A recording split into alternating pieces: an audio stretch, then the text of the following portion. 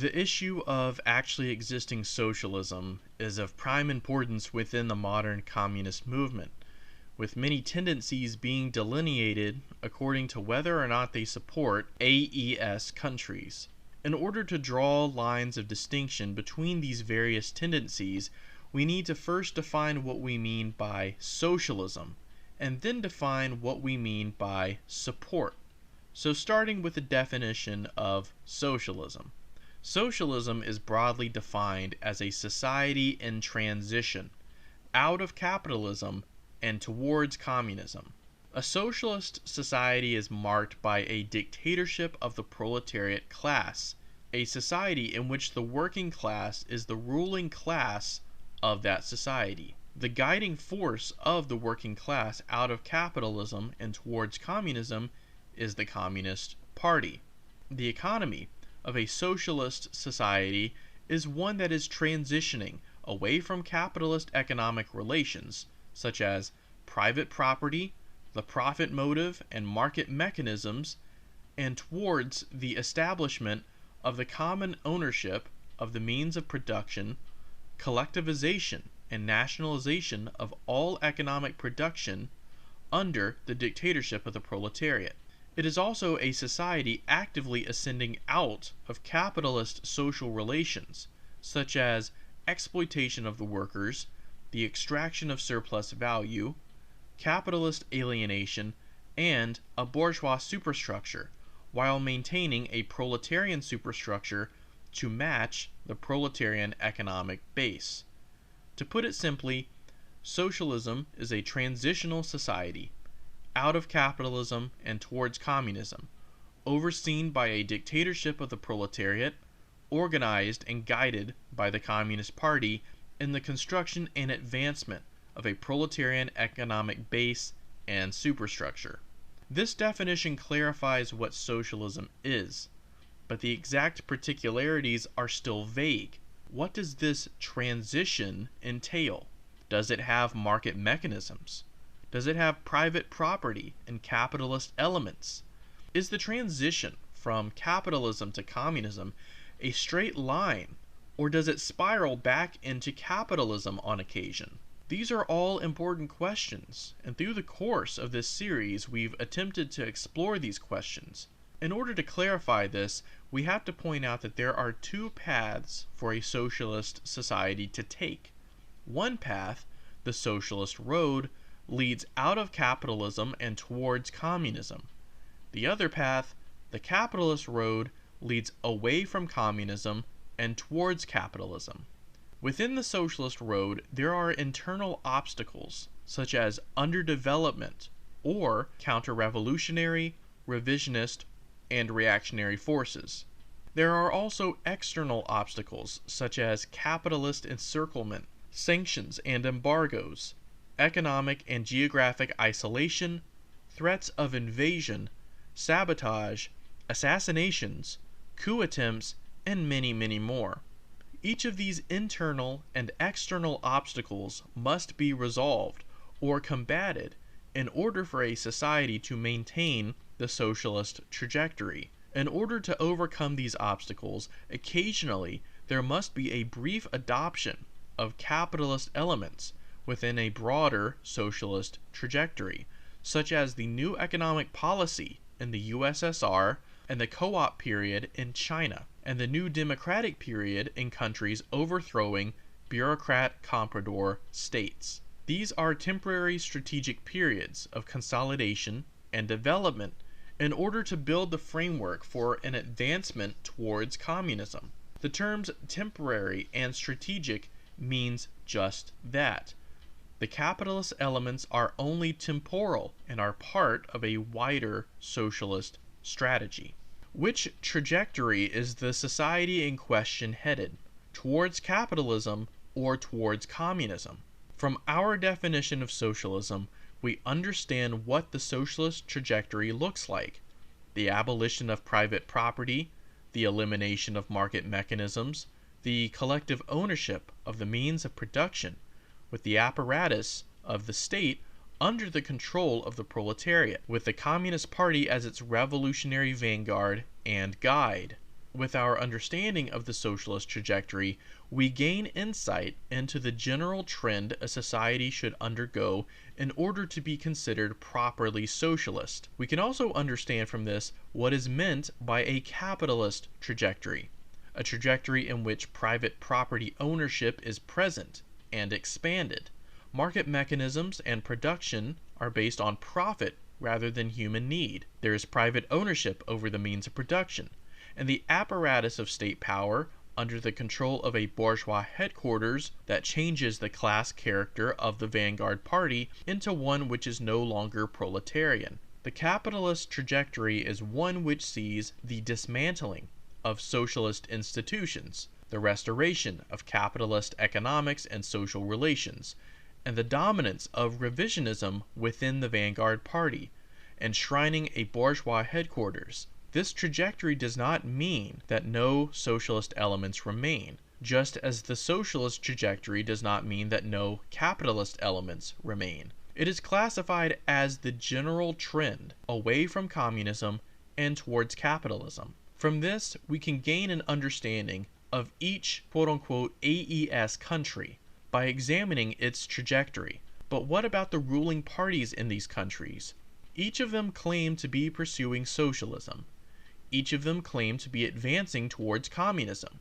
They cite their market reforms as temporary and strategically necessary for the construction of socialism. So, why is there so much disagreement about whether or not these countries are socialist? In order to understand whether or not these capitalist elements are truly necessary and temporary, we need to see the arguments the ruling communist parties make for them. The primary argument that the ruling communist parties make for these market reforms is for the development of the productive forces. This was the argument, after all, that was used for the new economic policy in the USSR, which lasted from 1921 to 1928, and the argument used in the PRC for the co-op phase from 1946 to 1958. Keep in mind that these periods lasted 7 and 12 years respectively. The development of the productive forces is also the argument used by each ruling communist party in their implementation of market reforms. So, let's talk about when these reforms actually began. Starting with Cuba, the Communist Party of Cuba began to experiment with small-scale reforms in the sale of artisan and manufactured goods. This began in 1994, but the general introduction of market reforms began with the party's 6th Congress in 2011. Meanwhile, the Communist Party of Vietnam introduced the Doi Moi reforms at their 6th Congress in 1986. As for Laos, the Lao People's Revolutionary Party introduced market reforms at their 8th Congress in 1986. And for the DPRK, the Workers' Party of Korea has adopted limited market reforms following the ascension of Kim Jong-un as the party leader in 2012, with the establishment of special economic zones, also known as SEZs.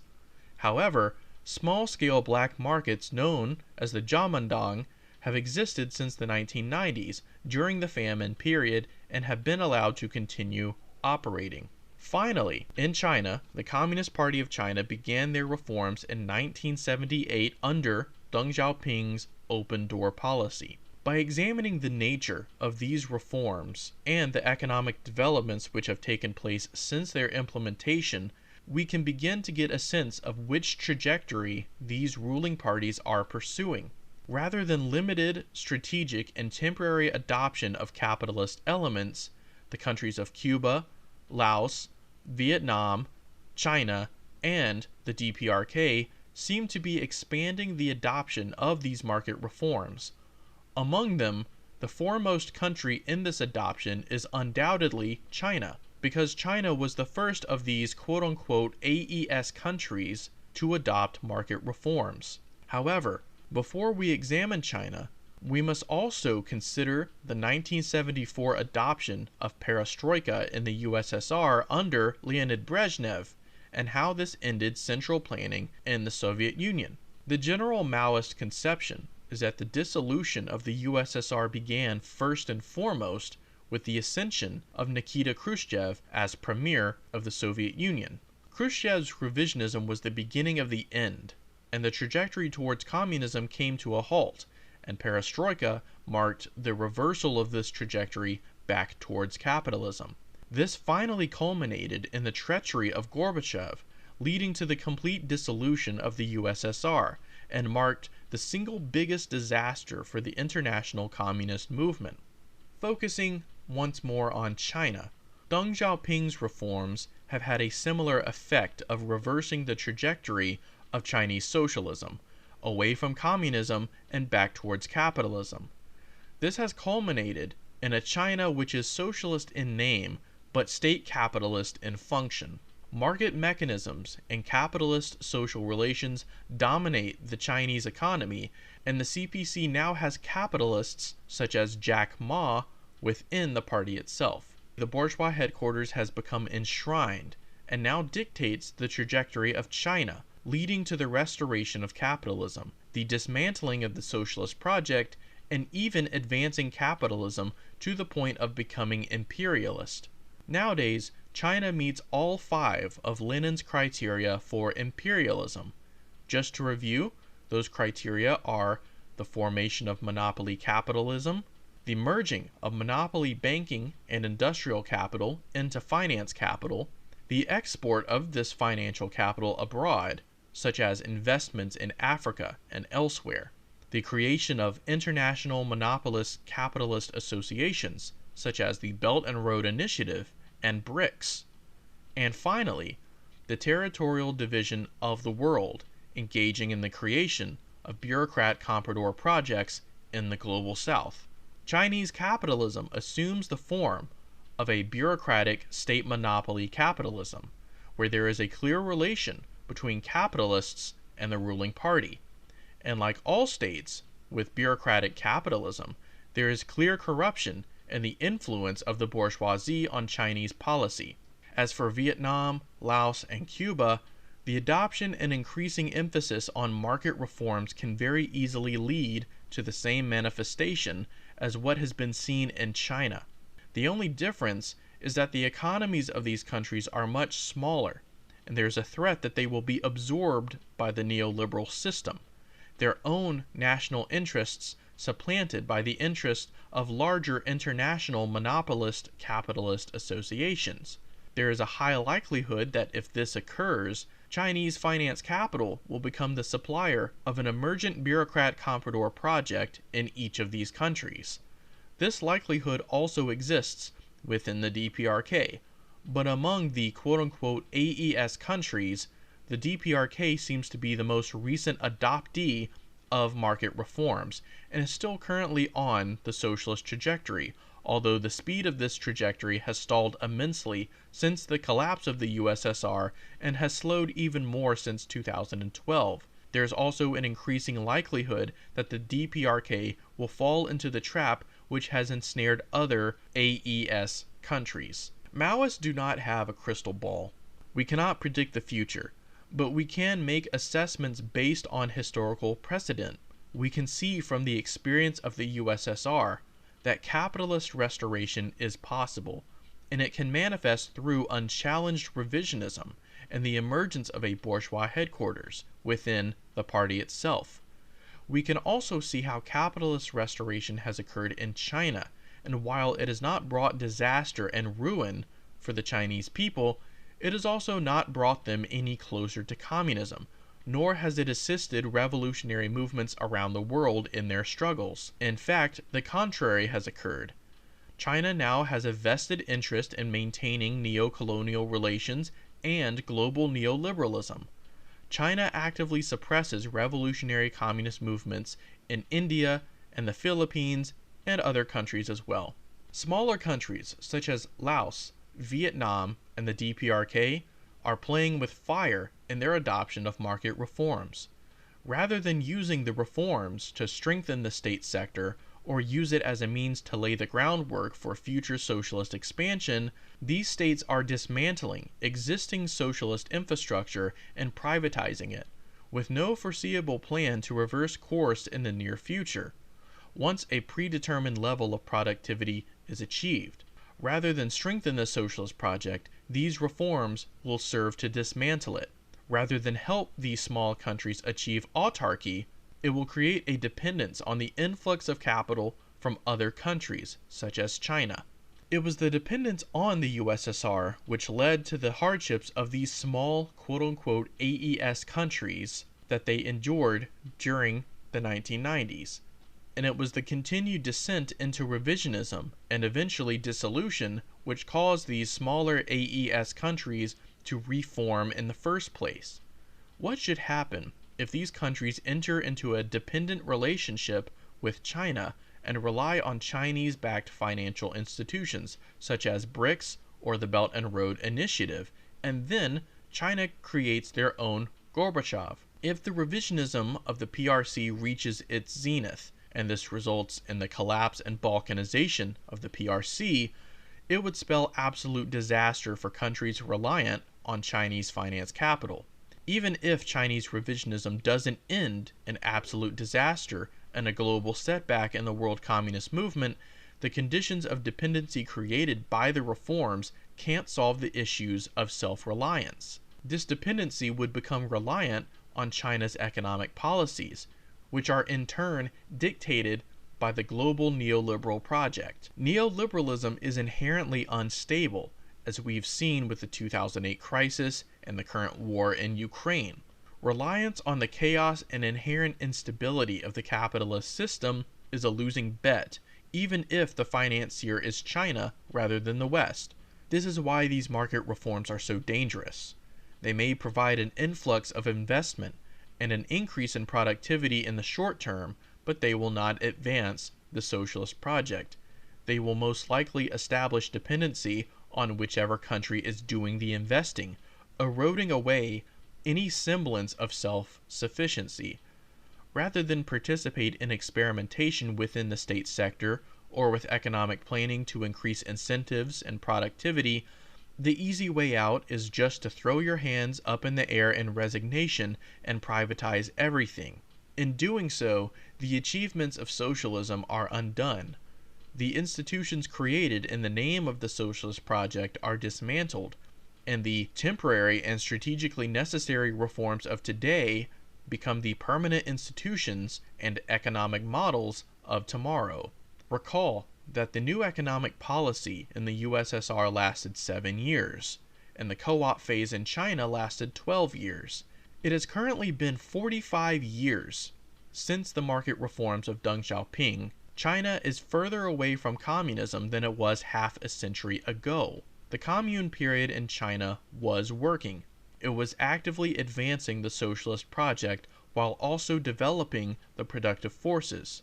Some economic studies have shown that if Mao-era policies were maintained, China would have seen growth nearly equal to their growth today, all while advancing socialism. Even being charitable and granting the economist assumption that the market reforms were necessary, China has achieved tremendous growth in its productive forces since 1978.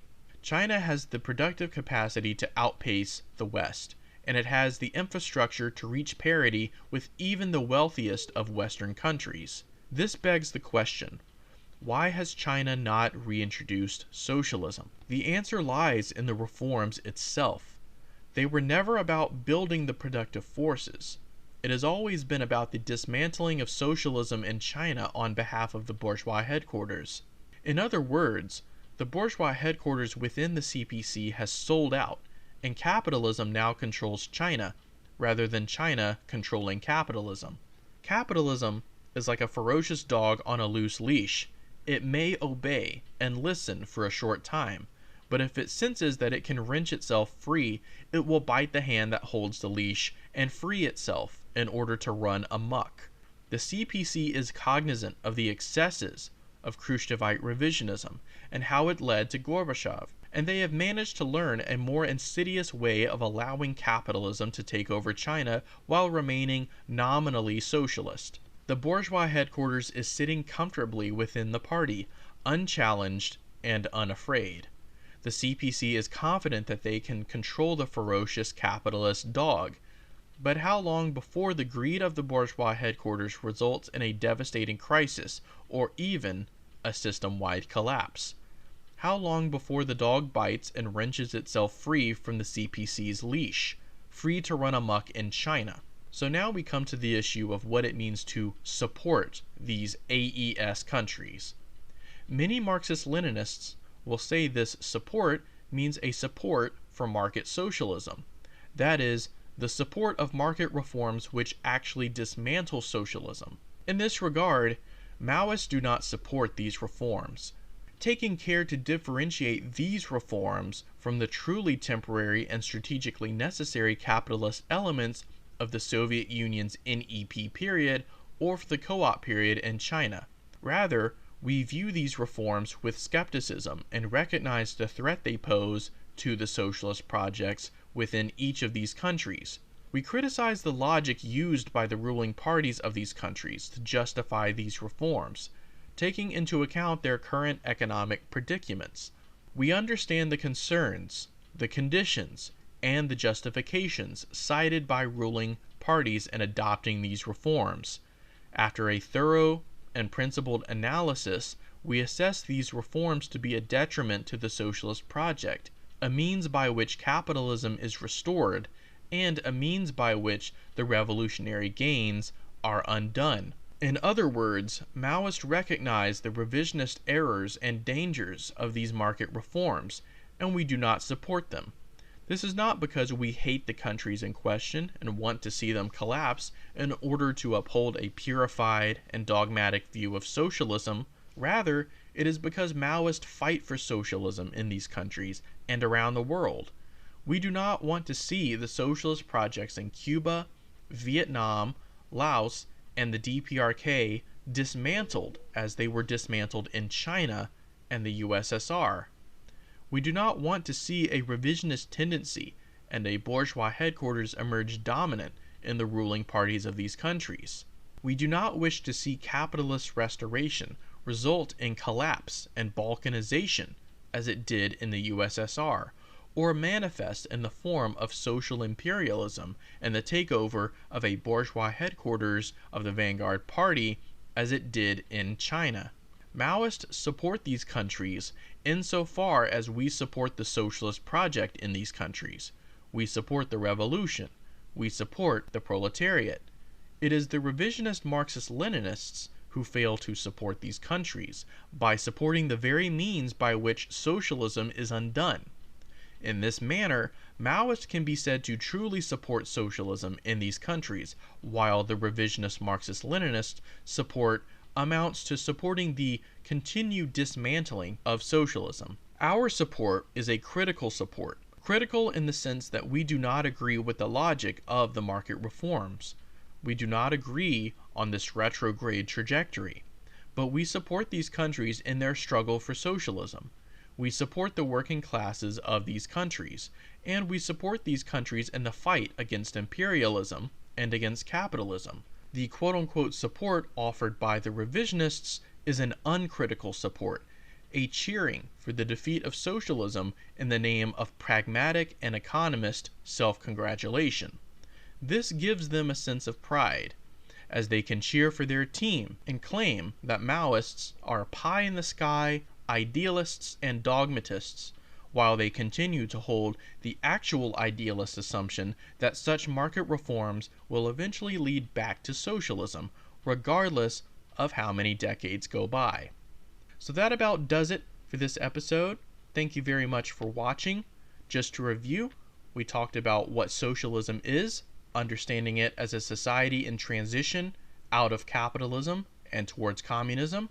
We talked about the differences between a new democratic period and market reform periods, and critiquing market socialism within quote-unquote AES countries and how they lead to capitalist restoration. So be sure to join us for the next episode as the series begins to wind down. We will start by critiquing different left tendencies, starting with a general critique of social democracy. Be sure to let me know what you think in the comments down below. Be sure to like, comment, and subscribe, and I'll catch you on the next episode. Danky Kang, out.